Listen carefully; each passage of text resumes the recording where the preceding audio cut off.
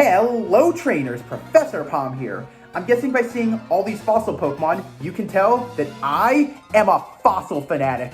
I love prehistoric Pokemon. I love digging up the fossils and reviving them. It's really cool to think that Pokemon have existed on our planet since the dawn of time. We even have Pokemon that existed during the Stone Age. We also have Pokemon that are still around from the Stone Age. But what's really cool most of all is just how far the bonds between trainers and Pokemon go back. Not just to prehistoric times, but with the power they held in the past. We've all known that fossil Pokemon have existed since the beginning of Generation 1, as they introduced 3 cool fossils, the Helix fossil, the Dome fossil, and the Old Amber, which gave us all 5 of these amazing prehistoric Pokemon. As cool as the Kanto fossils are, however, the first fossil Pokemon I ever got was in Pokemon Emerald, when I climbed to the Mirage Tower, and I revived a fossil known as the Claw fossil, which turned out to be Anorith's fossil, as well as Armaldo's fossil.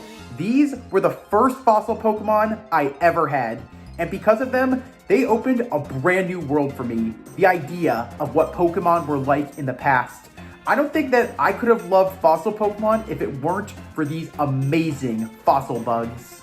Anorith and Armaldo really have a cool thing going for them. You may not believe it, but there was a time where these bug Pokemon were on the top of the food chain. It's kind of funny to think that nowadays bugs are on the bottom, but wow. Back in the prehistoric days, everything was reversed. And these Pokemon were considered at one point the apex predator. How crazy is that? Other than being the ancestor to all bug Pokemon, which makes Anorith and Armaldo amazing, I gotta admit, there's something about this line that really intrigues me. Not just are they the first amphibious Pokemon, but thinking that we've had a lot, and I mean a lot, of fossil Pokemon that came from the sea, it does make you wonder, what was the world like back then? Was our whole world just all the regions combined as one and there was just not a lot of land compared to how much water there is? Or did the waters recede as time went on and more land appeared? Guess we'll never know. Looking back years later, I'm glad that both Anorith and Armaldo were my first fossil Pokemon. It introduced me to a lot of really cool concepts and even my good buddy, Steven Stone, who also uses these Pokemon. I really think that learning about Pokemon of the past is amazing because it really shows just how much things have changed. Also, some Pokemon that existed in the past are not only the ancestors to ones of today, but sometimes their typing still exists even in the smallest of chromosomes and DNA. This is why I think fossil Pokemon are amazing, just like these two. Fossils are amazing in my eyes. Whether you agree, disagree, or you're somewhere in between, I hope that today I can make you enjoy fossils as much as I do. They have a lot of cool things to talk on, especially considering how long they've been around on this planet. So let's begin and go 100 million years into the past. But before we do that, I want to give a very special thanks and shout out to my cousin, Mitt. You're the one who requested this video, so I hope that you enjoy this video to the fullest. I know just how much you love the Hoenn region as well as the fossils. However, you're not the only one that I'm going to be thanking today. A very special thanks and shout out goes to artist HTTP Koopa for my jersey. I'm actually wearing Gordy's rock type jersey. And since we're talking all about fossils who are easily found in the rock, and most of them are rock type, I thought this is the best shirt to wear for today. Are you a fan of rock type Pokemon? Or is there another typing you like? Well, check out HTTP Koopa's Etsy shop. He has a lot of amazing jerseys. I'm pretty sure he may have the one of the typing that you like. So check him out and remember to say Professor Palm sent ya. Alright trainers, grab your brushes, your shovels, and of course, your pickaxes, as we're gonna uncover all the mysteries of our fellow fossil bugs right here. But we're gonna go back 100 million years ago, back to the days of the ancient oceans. We're gonna dive right in and fish up ourselves our little ancient shrimp, Anorith! Anorith, the old shrimp Pokemon, is based on the brine shrimp, a shrimp species known for having feather-like protrusions on the side. Also, Anorith has the exact same eyes. It also is based on trilobites from the Stone Age. However, the species of shrimp that Anorith draws the most inspiration from is none other than the mantis shrimp. Usually I'd say where you could find Anorith in the wild, but here's the thing. It went extinct exactly 100 million years ago. But what we do know is that back in the Stone Age, Anorith lived in the ancient oceans. It lived deep and swam, and even lived upon the sea floor. They also journeyed out of the seas to explore what was on land, and this was one of the first species to live on both the sea and the land.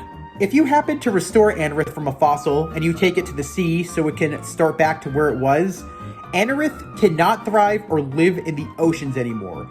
This is because back in the days of the Stone Age, the water had a different density and also composition, and it's changed dramatically since its era. Well, with over 100 million years, the ocean's change is inevitable. Despite its small size, Anorith can swim extremely fast. All 8 of its feathers are not for show. By pulling its 8 feathers through the water like oars of a boat, this Pokemon can reach speeds of 25 miles per hour, above or under the water. In fact, this Pokemon can even dive as far as 20 feet within 10 seconds. The shell around Anorith's body acts as an armor, and it easily protected Anorith from so many predator Pokemon back in the Stone Age. Anorith's body is covered with so many slash and bite marks as nothing can break through its armored shell. While Anorith lived in the water, they lived upon the sea floor as they were bottom feeders. If you turn it upside down, you can see it has an X-shaped mouth visible from the underside of its torso. However, even though they fed on things in the sand, their favorite meal was Laleep, which they munched on daily. Scientists believe that Anorith was not only the very first bug-type Pokemon, but the moment that this Pokemon came out of the water was the moment bug typing was introduced. It's possible that many bugs of their modern day have a little bit of Anorith's DNA within them. While Anorith's claws are small, they can extend to great lengths and are incredibly strong. Once it clamps down on something, it will not let go. They can even crush bones and rocks with its iron grip. Speaking of Anorith's claws, they regenerated very easily if either they were broken or lost. On a really cool note, anytime these claws grew back, they grew back stronger than ever. Usually the moment they regenerated, Anorith would mark the rocks with its new claws to test its new strength. When they hunted on the sea floor or in the wild, Anorith would hide in the rocks, and sometimes they would hide under the sand, and when something would come by, they would jump out and make a meal of it. It ate prey very quickly, leaving nothing but the bones picked clean. Even though Anorith are great swimmers, some of them were hitchhikers as they would stay on a swimming Pokemon's body and come to the surface with them. This is how some of them discovered freshwater environments, and their shells also adapted to both kinds of waters. Whether freshwater or saltwater, Anorith could live in either. Anorith sure is an amazing Pokemon, as not only did it come out of the water and on land, but it also introduced a brand new typing that so many others still have the DNA to today. Also, this Pokemon, despite its size, is really strong with both its claws and its armor. It really was one of a kind. However, as it got stronger, it became a force to be reckoned with. So, I think it's time that we evolve Anorith. Let's go to the next level and evolve Anorith into Armaldo. Oh boy, this was a bug in the time that really meant business. This Pokemon really introduced you to the idea of slashy slashy. Armaldo the plate Pokemon is based on the mantis shrimp, as well as the brine shrimp, for having feather-like protrusions on both of its sides. Armaldo also draws inspiration from the Anomalocaris, which were ancient shrimp that swam in the prehistoric days. Normally I'd say where we could find Armaldo in the wild, but that Pokemon went extinct 100 million years ago. However, what we do know is that Armaldo back in the Stone Age were amphibious Pokemon, as they lived on both the land and the sea, deep in the sea. These Pokemon really loved the warmth of the oceans. After evolution from Anorith, Armaldo emerged onto the land, where it learned to take its first steps ever, and it even learned to breathe oxygen. And because of all of this, Armaldo's lower body has become stronger to a point where it became faster on land running than when it was underwater swimming. You may notice that Armaldo has a pair of large wings on its back. Unlike other Pokemon that had wings in the prehistoric times, Armaldo's wings were not used for flying, but rather swimming, as they acted like a motor to propel them in the water. And whenever they flapped these wings on top of the water or underwater, Armaldo could swim as fast as 50 miles per hour. In the Stone Age, Armaldo's tough shell was like an armor. Its entire body was clad in this sturdy armor, which was so strong that almost anything that went for Armaldo, whether it was scratches, teeth, or even headbutts, they would all be deflected immediately off of Armaldo. Also, wearing this heavy armor protected Armaldo and helped it bulk up. When looking at Armaldo, one of the most standout features of it are its enormous claws. Armaldo's two ginormous claws can freely extend or contract. These sharp claws were Armaldo's greatest weapon, as they slashed everything in their way into ribbons. So yeah, Armaldo always reigned supreme, as no other Pokemon would fight it because of all those horrible slashes. And these claws were so powerful that they could punch right through steel. The sharp claws of Armaldo were used to mark many things: their armor, the rocks underwater, as well as mountains. This was a sign so other prehistoric Pokemon would stay away from Armaldo's territory. Also, Armaldo had a pair of really sharp teeth. They could give some of the worst bites out there. You could even say that they were the worst bug bites possible. While its teeth were rather sharp, its claws were the way it usually went, as they were better for slicing up food, making it easier for them to eat. The claws and teeth were only the beginning. The tail was also what you needed to avoid the most from Armaldo. Just a few blows from its long tail are devastating, as one swipe of Armaldo's tail can result in broken bones of its enemy. Armaldo really took survival of the fittest seriously, because when it was challenged, Armaldo never stopped until its enemy lay defeated. And most times, after it defeated its enemy, Armaldo made a meal out of them. Kinda crazy to think that there was a time where bug Pokemon were on the top of the food chain. Armaldo and Credilli had an ongoing rivalry in the water during the times they were alive in the Stone Age. This is because Armaldo enjoyed eating Credilli. It also really angered Credilli, as it was the only Pokemon in the deep that was powerful enough to escape its suction cups whenever Credilli wrapped around it. Anorith and Armaldo have been around for over 100 million years. While they are extinct, well, mostly to an extent, it's great that we can revive them and learn so much more about them. These bug fossil friends have some cool facts and tidbits to talk on, so let's get to know some cool things about our ancient bug shrimp friends. Anorith is currently the only fossil Pokemon not to have any kind of legs, but it only has two limbs, being its claws. In Pokemon Mystery Dungeon Explorers of Sky, Armaldo serves as a mentor to the future Guildmaster Wigglytuff when he's still an Igglybuff.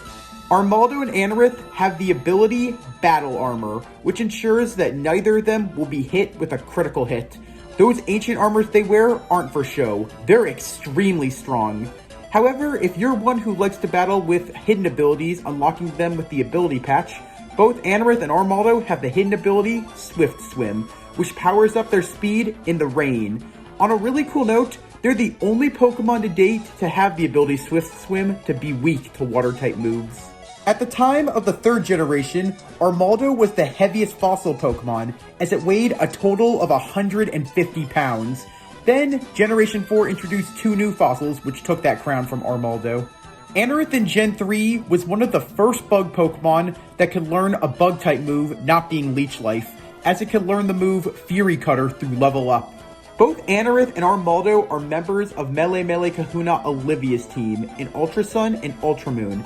Anorith is the first Pokemon that she sends out for her Kahuna battle, while Armaldo is the first Pokemon she sends out when you take her on at the Elite Four.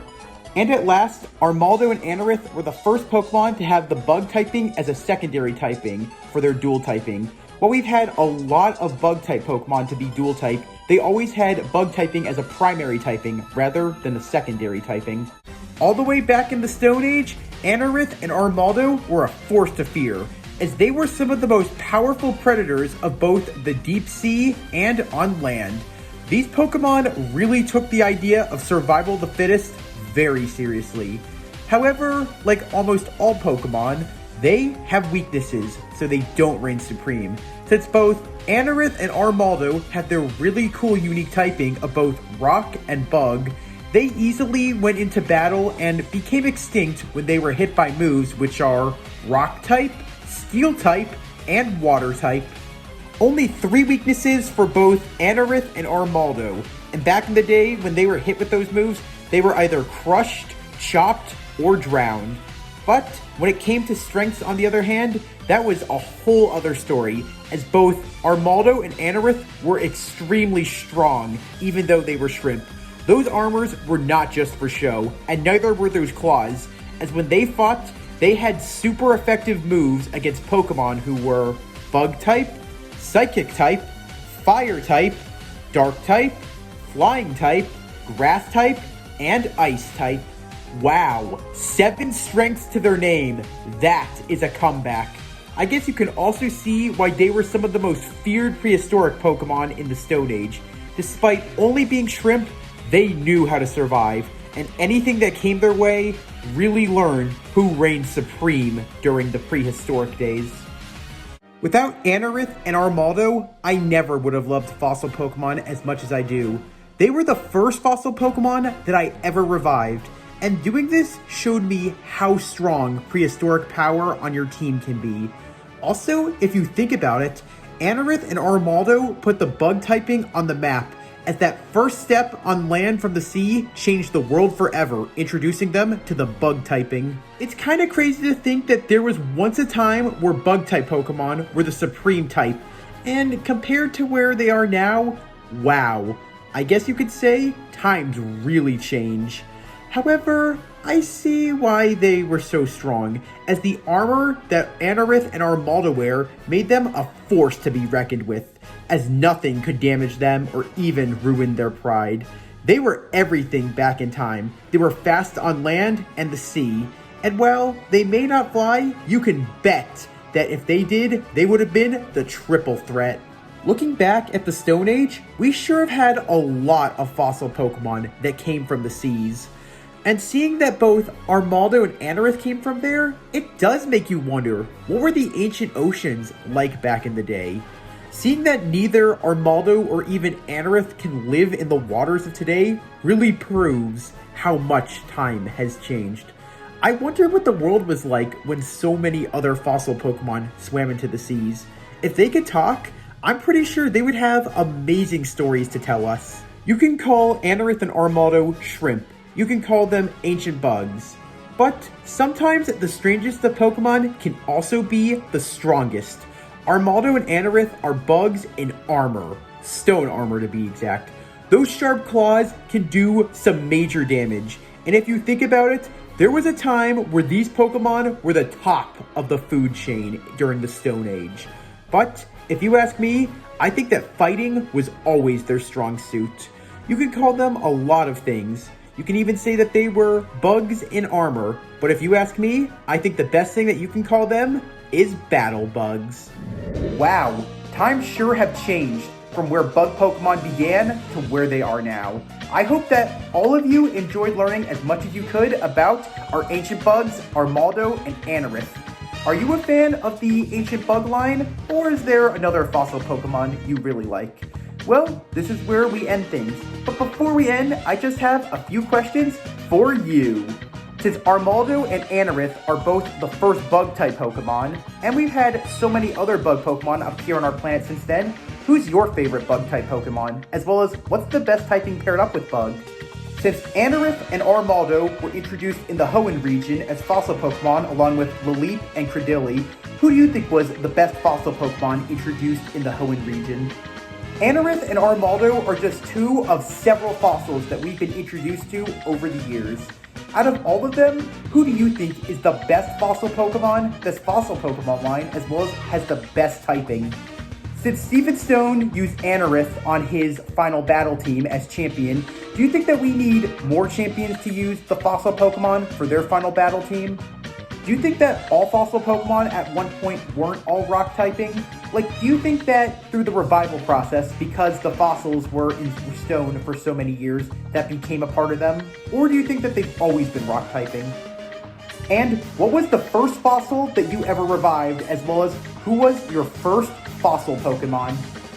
I hope that you had a wonderful time learning about Anorith and Armaldo. I hope that fossil Pokemon are a thing that you really like as well, just like me. Well, if you enjoyed what you saw, please leave a like. If you have any questions, you want to answer any of the questions I just threw at you, you want me to cover another fossil Pokemon line, another Pokemon line, or something else Pokemon related in the current events, or something with a game, then please comment. And as always, if you like what you saw and you want to see more, smash the subscribe button. As a Pokemon professor, it's my job to teach trainers like all of you out there. So I hope that you recommend my videos to as many trainers as you can. I'd love to meet you and get to know you just as well. Thanks for watching, trainers. Palm out.